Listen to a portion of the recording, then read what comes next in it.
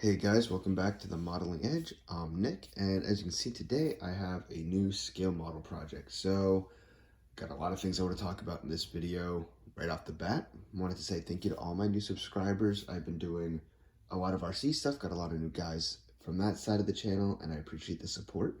But I've also had comments and just my model guys asking about projects, what I'm working on. And lately I've been doing a lot of car kits. I've been doing a lot of Warhammer stuff for the store, a lot of new releases. I've been working on the newest Games Workshop release for anybody that follows those videos. So I'm painting a whole Creed kill team for my store to display and, have customers play with and all that. But it basically boils down to too many projects all at once. And I am having just crazy project burnout, which I'm sure a lot of hobbyists deal with in the same way. So I wanted to reintroduce a kit to the channel that I got probably a year ago and said I was going to build, and I decided I'm going to do it. So in the fall, I like to just do single miniature projects. I do about one a month leading up to Christmas, or in Orlando Model Palooza for the IPMS guys. And I thought I would do that again. And for September, I'm going to be doing the PanAm Clipper in 1/144 scale. So that is going to be basically this whole video. I will re-show you the spruce. I know I have a video I did a long time ago of the same kit. Very old, out of production, old decals. I'm going to try to spruce up or reprint. And, just basic ejection moldings. But for the time, it is a really nice, fairly accurate kit. Only problem is all that raised panel lining. Very thin coats of paint and really light sanding, which will make seam line cleanup hard.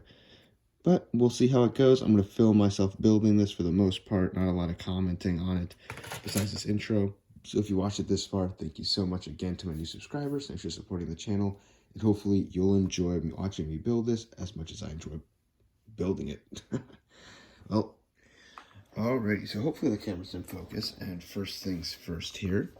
This kit, I'm guessing it's in the early 2000s it was made. Comes with a lot of glass parts.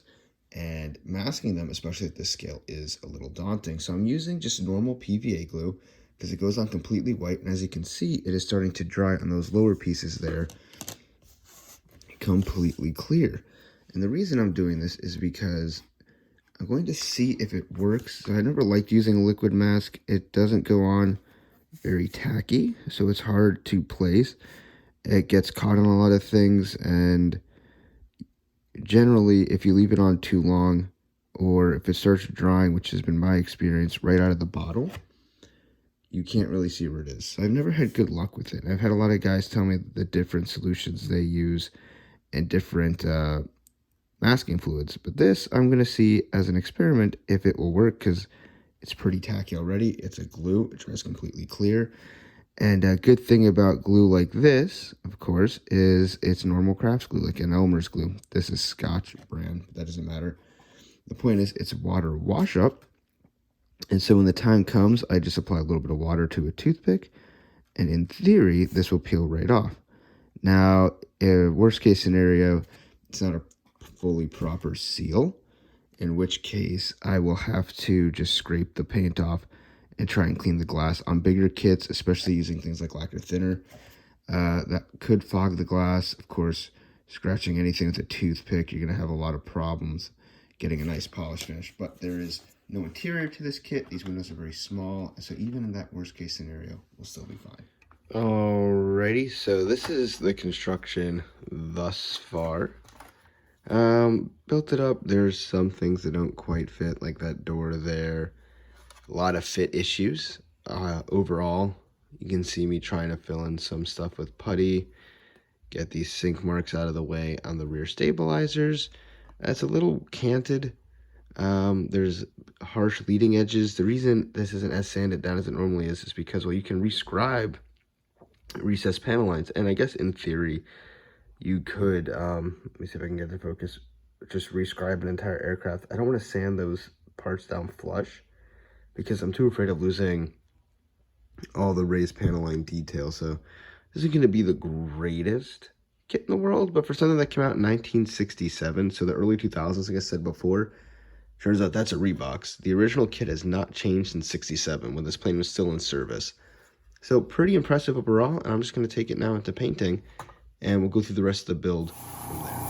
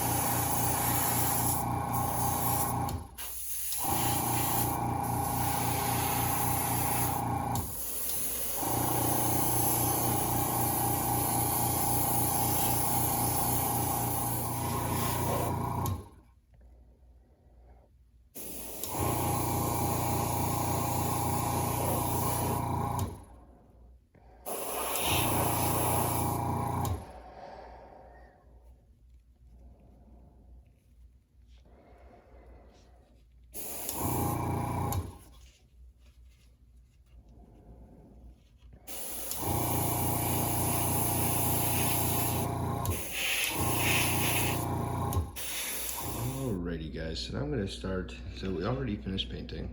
There's the aircraft.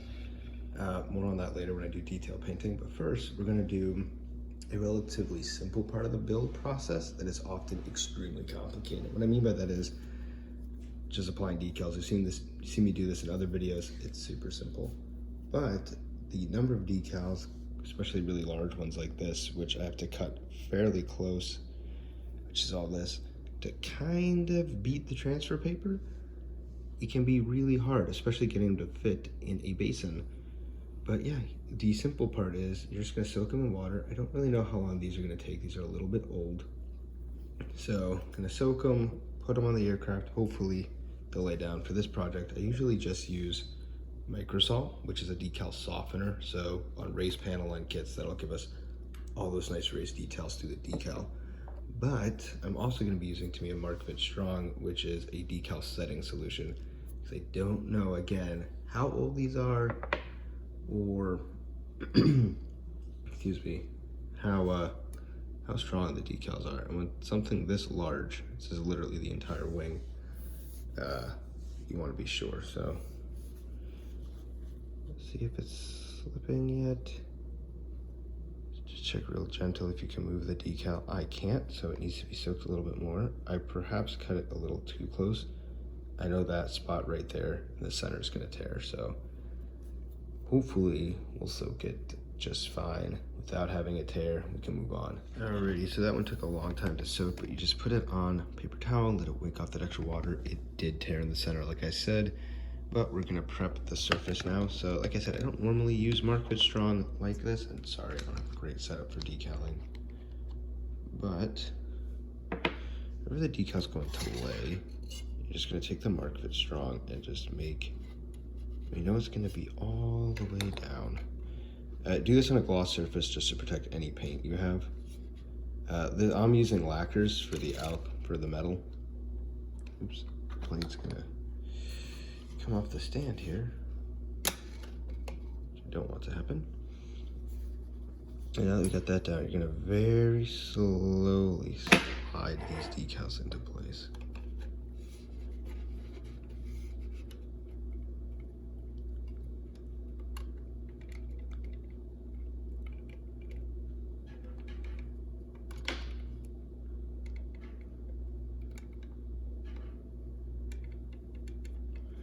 Trying to be extra gentle because they are super old, but they are extremely thin and brittle as a result of that as well. Now, older decals are sometimes really thick. I got a lot of air bubbles in this one. So we're gonna use the microsol to fix that. But for right now, there's that first half of that decal down. And we're gonna try and mate it up.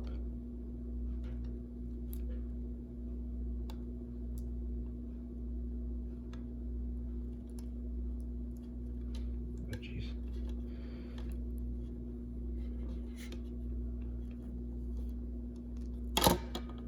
Yeah, plane did fall.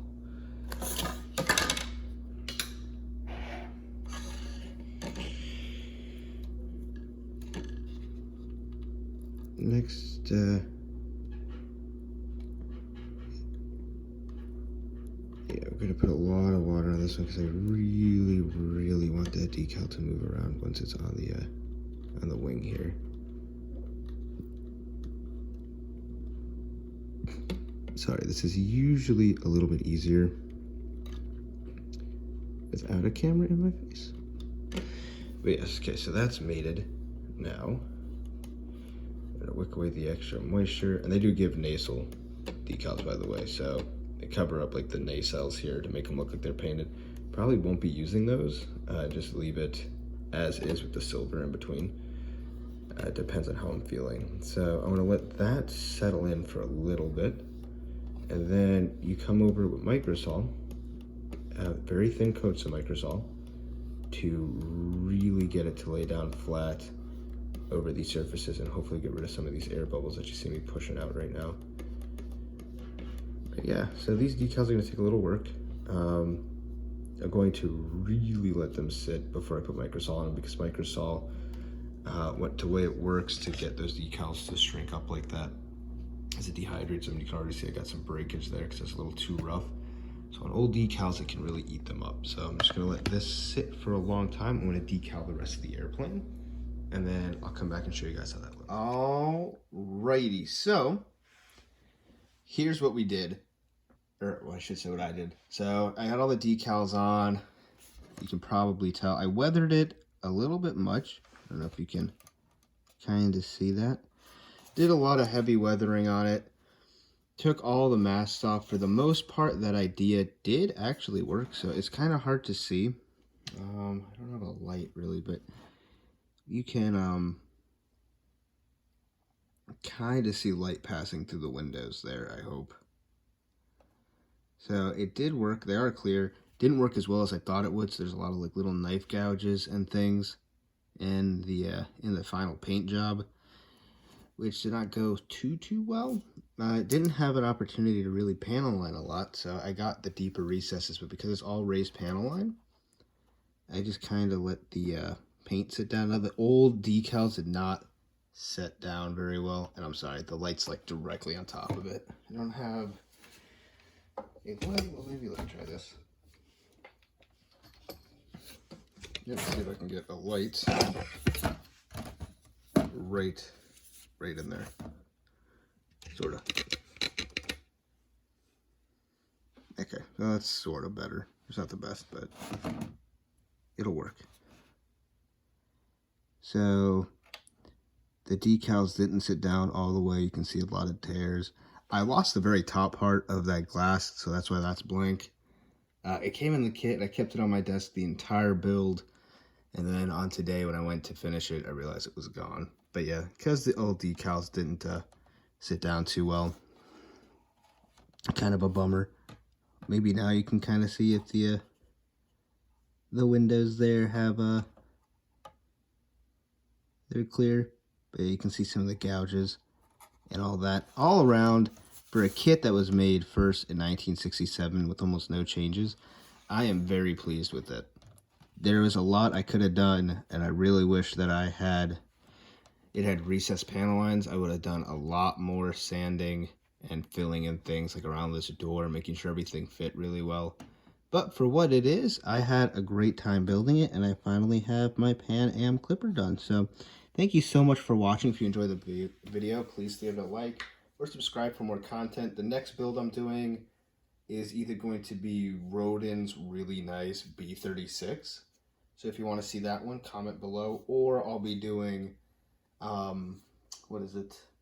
Oh, a custom 1970 Camaro drag car. So I've recently started doing car kits. So I'll make one or the other going forward. But as far as kicking off my fall model building, I'm glad to have this kit done. Thank you so much for watching, and I'll see you next time.